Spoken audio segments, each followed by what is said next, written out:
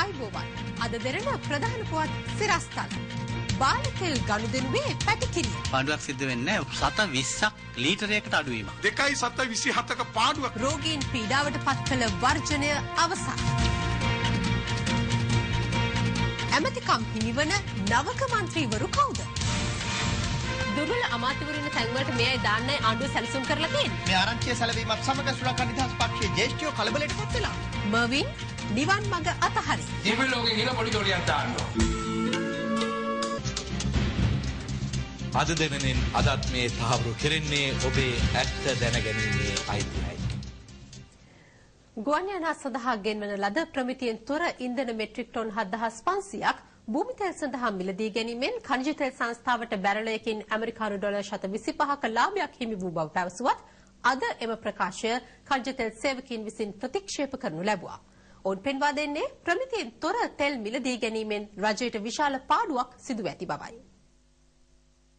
ඛනිජ තෙල් නීතිගත සංස්ථාව ලබා දුන් ටෙන්ඩරයකට අනුව සිංගප්පූරුවේ බ්‍රිටිෂ් පෙට්‍රෝලියම් සමාගම ගුවන් යානා සඳහා භාවිත කරන ඉන්ධන මෙට්‍රික් ටොන් 20000ක් ශ්‍රී ලංකාවට ගෙන් වූ අතර ඉන් මෙට්‍රික් ටොන් 7500ක් ප්‍රමිතියෙන් තොර බව ඛනිජ තෙල් සංස්ථාව පිළිගනු ලැබුවා. චිත්තේමන් වර්ගයේ තෙල් වල සාම්පල් පරීක්ෂා කිරීමේදී 7500ක් පමණ ප්‍රමාණය තමයි අපිට අනුකූල නොවන මට්ටමට ඇවිල්ලා තියෙන්නේ. ප්‍රමිතියෙන් තොරව මෙම තෙල් තොගය මිලදී ගැනීමෙන් ඛනිජ තෙල් සංස්ථාවට බැරලයකින් ඩොලර් 125ක ලාභයක් ලැබුණු බව පැවසුවත් අද එය ගැටලුවක් වී තිබෙනවා. භූමි තෙල් වලටත් තියෙන්නේ ජෙට්-1 මේ ගුවන් යානා ඉන්ධන වලටත් මිල එකයි. පාඩුවක් සිද්ධ වෙන්නේ ඩොලර් 725ක් අඩු කරා කියන්නේ 720ක් ලීටරයකට අඩුවීමක්. ඩොලර් 725ක් බැරල් එකට අඩු වෙනවා කියන්නේ ලීටරයකට 721යි අඩු වෙලා තියෙනවා. හැබැයි මේ ඉන්ධන භූමි තෙල් වශයෙන් ගත්ත මෙට්‍රික් ටොන් 7500 කොළොන්නාවට කිසිසේත්ම අවශ්‍ය නැහැ. කොළොන්නාවෙන් දිනකට බෙදා හරින්නේ මෙට්‍රික් ටොන් 150යි භූමි තෙල්. ඒ සඳහා අවශ්‍ය කරන ඉන්ධන තොගය පිරිපහදුවෙන් ලැබෙනවා. ඉතිරි මෙට්‍රික් ටොන් 200 බෙදන්නේ මුතුරාජල ගබඩාවි. මේ වෙනකොට එහි තියෙනවා මෙට්‍රික් ටොන් 10000. දිනකට 200 ගානේ දින 50කට තියෙනවා. එන ඉතා පැහැදිලි ඩොලර් 3 ලක්ෂයකට අධික විදේශ විනිමය නිරපරාදේ අපි වියදම් කරලා තියෙනවා. ඒ වගේම ලාභය කියන කතන්දරේ සම්පූර්ණ අපි ප්‍රතික්ෂේප කරනවා. මුතුරාජ්‍ය වලට මේ මෙට්‍රික් ටොන් 7500ම ලබා ගැනීමට කටයුතු කරා නම් වරායට ගෙවන මෙට්‍රික් ටොන් එකේ ඩොලර් 3 ගාස්තුව ගෙවන්න වෙන්නේ නැහැ. එහෙනම් දැන් ගෙවලා තියෙන ඩොලර් 3 ගාස්තුව හදලා බලනකොට රුපියල් 2.742ක් භූමි තෙල් ලීටරයකට වැය වෙලා තියෙනවා. එහෙනම් මේ වෙනකොට කොළොන්නාවට ගත්තේ හින්දා 2.727ක පාඩුවක් වෙලා තියෙනවා කියන එක සංඛ්‍යා ලේඛනයක් අපි තහවුරු කරන්න කැමැතියි. මේ අතර નિયમિત දිනට තෙල් ලබා නොදීම નિયમિત තෙල් ප්‍රමාණය ලබා නොදීම ගෙන්වන ලද තොගය ප්‍රමිතියෙන් තොරවීම හේතුවෙන් අදාළ සමාගම ඛනිජ තෙල් සංස්ථාව සමග ඇති කරගත් ගිවිසුම උල්ලංඝනය කර තිබෙනවා. ඔව් ඒ ගිවිසුම් වල හැටියට ඒවට අනුකූලව ඒයට දඩයක් අය කරනවා. ඒක ගැන ගැටලුවක් මත වෙන්නේ මොකද ඒ ගිවිසුම් අනුව ක්‍රියාත්මක වෙනවා. සභාපතිවරයා එසේ පැවසුවත් નિયમિત දිනට වඩා දින 3ක් ප්‍රමාද කරමින් අදාළ ඛනිජ තෙල් තොගය ශ්‍රී ලංකාවට ගෙන්වීම සම්බන්ධයෙන් පමණක් ඇමරිකානු ඩොලර් 12000ක දඩ මුදලක් අය කරගෙන ඇති බවයි ඛනිජ තෙල් අමාත්‍යාංශය නිකුත් කළ නිවේදනයේ සඳහන් වන්නේ.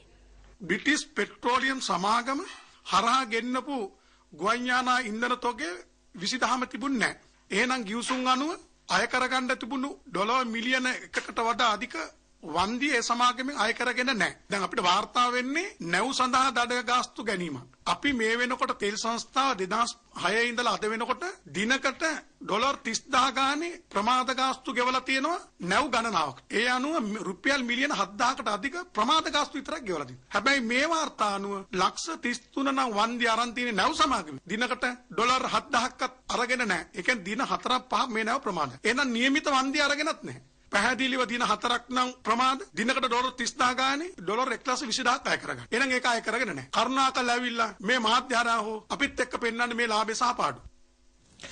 මේ අතර බාල තෙල් මිලදී ගැනීම සම්බන්ධයෙන් අද පාර්ලිමේන්තුවේදීත් කතා බහට ලක් වුණා.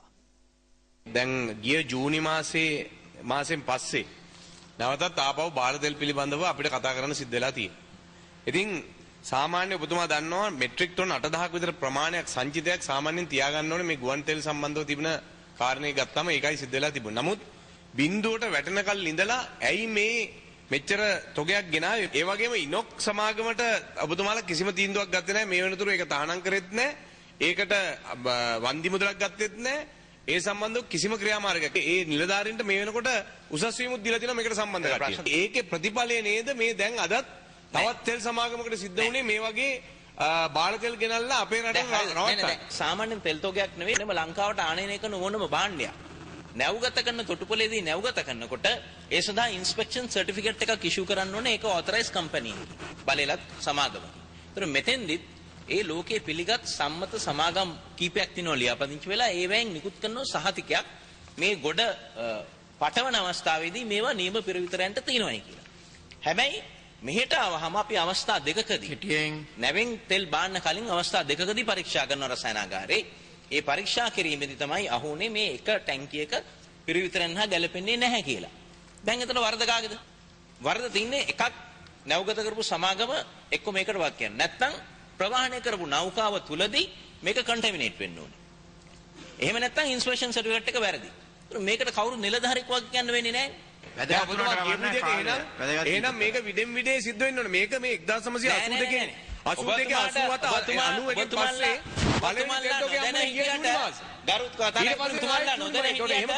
ගිය අවුරුද්දේ මැයි මාසයේ අපි තෙල් තොගයක සම්පූර්ණව ප්‍රතික්ෂේප කළා. ඉතින් මේකත් ප්‍රතික්ෂේප කරන්න. මේක ප්‍රතික්ෂේප කළා තමයි තියෙන්නේ.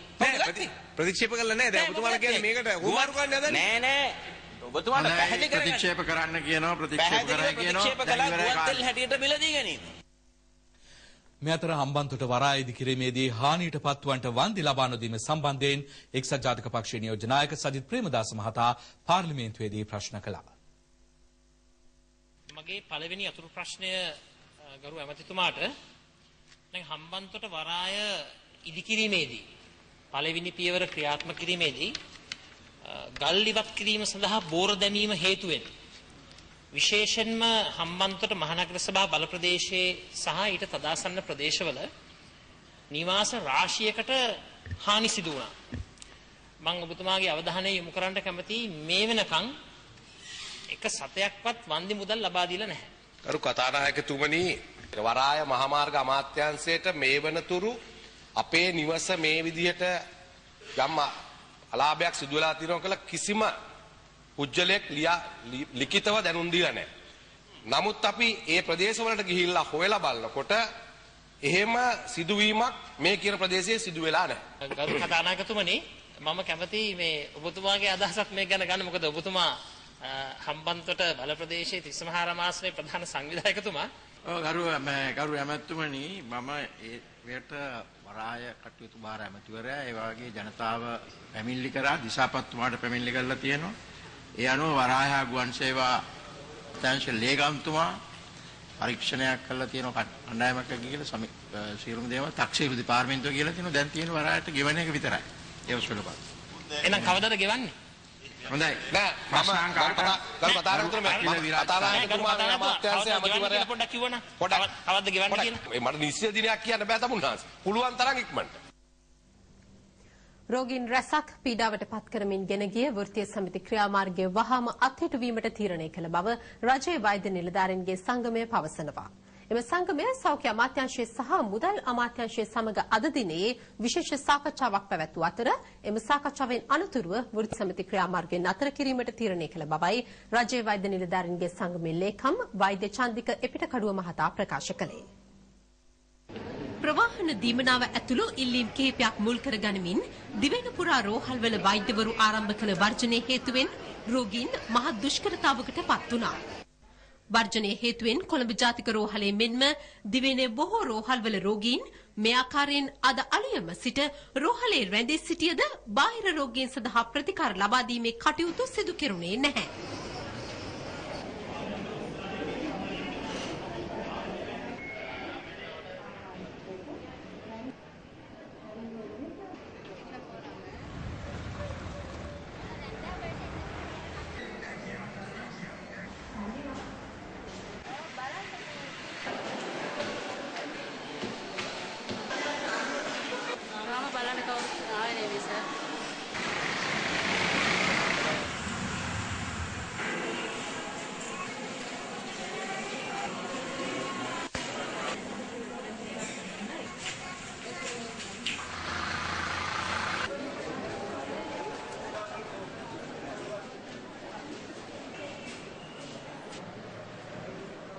පැය භාගයක් ඉන්න කියන විනාඩි 5ක් ඉන්න කියන අම්මලාට අමාරුයි ගම ගිහිල්ලා ඇඩ්මිට් වෙන්න කියලා බයිනවා. දැන් දැන් අපිට ගෙවල් යන්න කියනවා. පාන්දර 3 ඉඳන් ඉන්නේ. බෙහෙත් 4ක් විදින්න තියෙනවා දවස් 4ට. ඉතින් ඊයේ එකක් විද්දා දැන් අද ඉඳලා අනිත් 3 විදින්න තියෙන්නේ. තාම නෑ තුන්ඩු මාරු කරන්නේ නැහැ. බෙහෙත් එක විද ගන්නත් නැහැ. ඉතින් ඇවිල්ලා අපි මේ රාස්තිය ආදි වෙනවා උදේ ඉඳලා. අපිට කිසිම පිළියමක් නැහැ. අපිට පිටින් ගන්න පුළුවන් නම් අපි පිටින් කරගන්න බැරි හින්දානේ රෝහලකට එන්නේ. ආවහම කියනවා ස්ට්‍රයික් කියලා. එතකොට අපේ අමාරුවට මොකද බලන්න වෙන්නේ? බඩගින්න ඉඳලා මේ දැන් යනවා. දැන් තාම නෑ වතුරවත් දීලා. දැන් කිරි එකක් හරි බොන්න යනවා. ඉතින් මේ කඩුවල මගේ පුතා ඉන්නේ ඊයේ. එහෙ ඇවිල්ලා එහෙ ඉඳලා මේ ආවේ. මේ පැය කීයක්ද කියලා බලන්න. කොච්චර දුකක්ද විඳින්නේ. කන්න බොන්න නැතුව. ඉඳ ගන්න තැනක් නැහැ. හිටගෙන ඉන්න ඕනේ. අතෙන්ට යන්න කියනවා මෙතෙන්ට යන්න කියනවා දින දා ගන්න කියලා එකක් නෙමෙයි ආයේ. මිනිස්සුගේ රස්තිය දුක ඒ මිනිස්සුගේ පඩිය අනිත් මිනිස්සු අපේට තියාගන්න. මුන්ට එන ගහන්න ඕනේ. අනෙකුත් නිලධාරීන් හා සසඳා බැලීමේදී තමන්ට සිදුව ඇත්තේ බරපතල අසාධාරණයක් බවයි රජයේ වෛද්‍ය නිලධාරීන්ගේ සංගමය පෙන්වා දෙන්නේ. අපිට සමාන්තර ශ්‍රේණිවල රජයේ නිලධාරීන් මේ වන විට මෙම ප්‍රවාහන දීමනාව පමණක් රුපියල් ලක්ෂයකට වැඩි මුදලක් ලබා ගන්නවා. මේ අතර රජයේ වෛද්‍ය නිලධාරීන්ගේ සංගමයේ දියත් කළ වර්ජන ක්‍රියාමාර්ගය අත්හිටුවමින් කොළඹ දිසාධිකරණය අද වර්ණ නියෝගයක් නිකුත් කළා. මෙම නියෝගය නිකුත් කරනු ලැබුවේ කොළඹ ජාතික රෝහලේ ප්‍රතිකාර ලබන රෝගියෙකු විසින් ගොනු කළ පෙත්සමක් සලකා බැලීමෙන් අනතුරුවයි. ලබන 25 වෙනිදා දක්වා බලපැවැත්වෙන පරිදි අදාළ වර්ණ නියෝගය නිකුත් කළ අතර එදිනට අධිකරණය හමුවේ කරුණු දක්වන ලෙස දන්වා රජයේ වෛද්‍ය නිලධාරීන්ගේ සංගමයට අධිකරණය නොතිස් නිකුත් කරනු ලැබුවා. සෞඛ්‍ය අමාත්‍යාංශය සහ මුදල් අමාත්‍යාංශය සමග පැවති සාකච්ඡාවලින් අනතුරුව යම් යම් එකඟතාවයන් වලට පැමිණියා. එහි ප්‍රතිඵලයක් වශයෙන් අවසානයේදී තීරණයක් ගන්න ලැබුවා. බුද්ධ සමිති ක්‍රියාදාමය හවස් වෙන විට නතර කර දැමීම සඳහා උසාවි නියෝගයක් බලපෑමක් සිදු වුනේ නැහැ. ඒකට හේතුව උසාවි නියෝගයක් කියන්නේ නීත්‍යානුකූල ලිඛිත ලියවිල්ලක්. එහෙම ලියවිල්ලක් මේ වෙනත් එක්ක අපිට ලැබිලා නැහැ. මේ වන විටත් උත්කර්ෂවත් අන්දමින් පැවැත්වෙන රයිගම් සම්මාන උළෙලේදී දෙරණ 360 සමාජ කටගැස්ම ජූරියේ විශේෂ සම්මානයෙන් පෙදුම් ලැබුවා.